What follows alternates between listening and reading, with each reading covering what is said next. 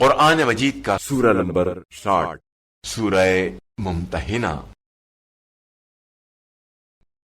بنام خدائے رحمان و رحیم۔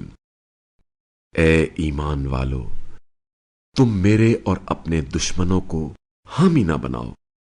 تم ان کی طرف محبت کا پیغام بھیجتے ہو، حالانکہ جو حق تمہارے پاس آیا ہے اس کا وہ انکار کرتے ہیں، اور وہ رسول کو اور تمہیں اس جرم میں جلا وطن کرتے ہیں کہ تم اپنے رب اللہ پر ایمان لائے ہو۔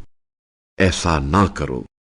اگر تم میری راہ میں جہاد کرنے اور میری خوشنودی حاصل کرنے کے لیے نکلے ہو، تم چھپ چھپا کر ان کی طرف محبت کا پیغام بھیجتے ہو، حالانکہ جو کچھ تم چھپاتے ہو اور جو کچھ ظاہر کرتے ہو ان سب کو میں بہتر جانتا ہوں۔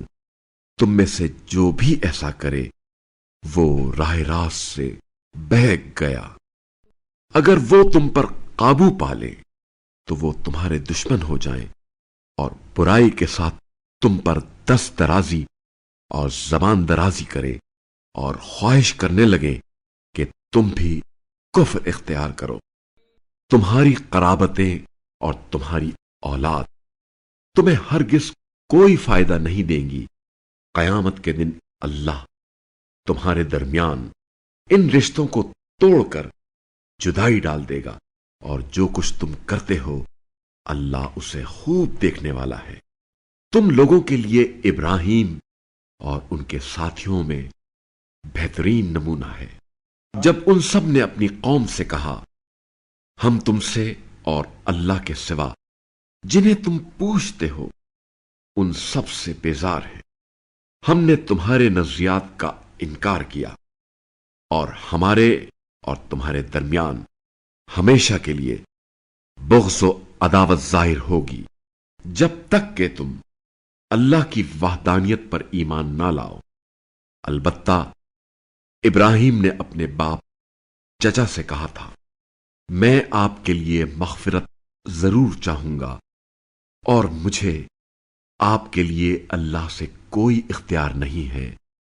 ان کی دعا یہ تھی ہمارے پروردگار، ہم نے تجھ پر بھروسہ کیا اور ہم تیری ہی طرف رجوع کرتے ہیں، اور ہمیں تیری ہی طرف پلٹنا ہے۔ ہمارے پروردگار، تو ہمیں کفار کی آزمائش میں نہ ڈال اور ہمیں بخش دے۔ ہمارے پروردگار، یقیناً تو ہی بڑا غالب آنے والا حکمت والا ہے۔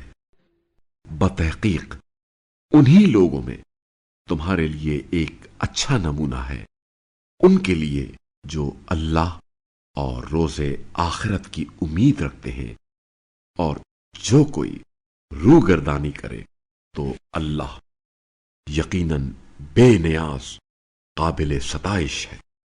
ممکن ہے کہ اللہ تمہارے اور ان لوگوں کے درمیان جن سے تم دشمنی کر رہے ہو محبت پیدا کر دے، اور اللہ بہت قدرت والا ہے، اور اللہ بڑا بخشنے والا رحم کرنے والا ہے۔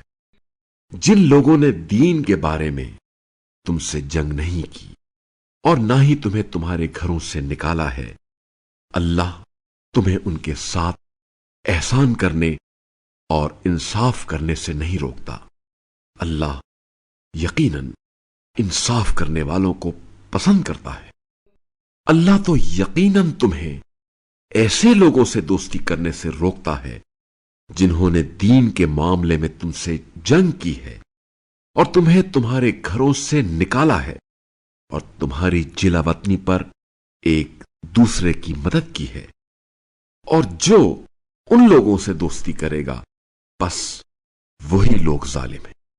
اے ایمان والو، جب ہجرت کرنے والی مومنہ عورتیں تمہارے پاس آ جائیں تو تم ان کا امتحان کر لیا کرو، اللہ ان کے ایمان کو بہتر جانتا ہے۔ پھر اگر تمہیں معلوم ہو جائے کہ وہ ایماندار ہیں تو انہیں کفار کی طرف واپس نہ بھیجو، نہ وہ ان کفار کے لیے حلال ہیں اور نہ وہ کفار ان کے لیے حلال ہیں۔ اور جو کچھ انہوں نے خرچ کیا ہے وہ ان کافر شوہروں کو ادا کر دو، اور جب تم ان عورتوں کے مہر انہیں ادا کر دو تو ان سے نکاح کر لینے میں تم پر کوئی گناہ نہیں، اور کافر عورتوں کو اپنے نکاح میں روکے نہ رکھو، اور جو کچھ تم نے خرچ کیا ہے مانگ لو، اور جو کچھ انہوں نے خرچ کیا ہے وہ کفار بھی تم سے مانگ لیں، یہ اللہ کا حکم ہے، وہ تمہارے درمیان فیصلہ کرتا ہے، اور اللہ بڑا علم والا، حکمت والا ہے۔ اور اگر تمہاری کوئی بیوی تم سے نکل کر کفار کی طرف چلی جائے، پھر تمہاری غنیمت لینے کی باری آ جائے، تو جن لوگوں کی بیویاں چلی گئی ہیں اس غنیمت میں سے انہیں اتنا مال ادا کرو جتنا ان لوگوں نے خرچ کیا ہے، اور اس اللہ سے ڈرو جس پر تم ایمان رکھتے ہو۔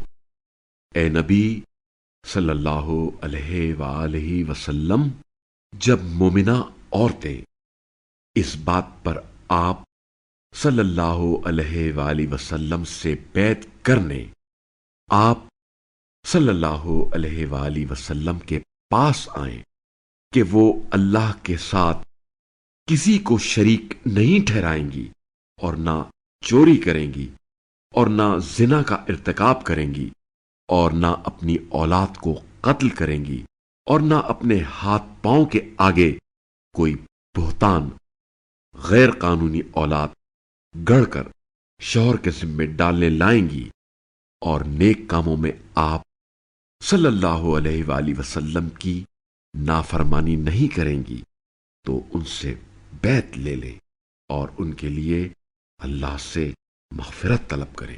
اللہ یقیناً بخشنے والا رحیم ہے۔ اے ایمان والو، اس قوم سے دوستی نہ رکھو جس پر اللہ غضبناک ہوا ہے، جو آخرت سے اس طرح مایوس ہیں جیسے کفار اہل قبور سے نا امید ہیں۔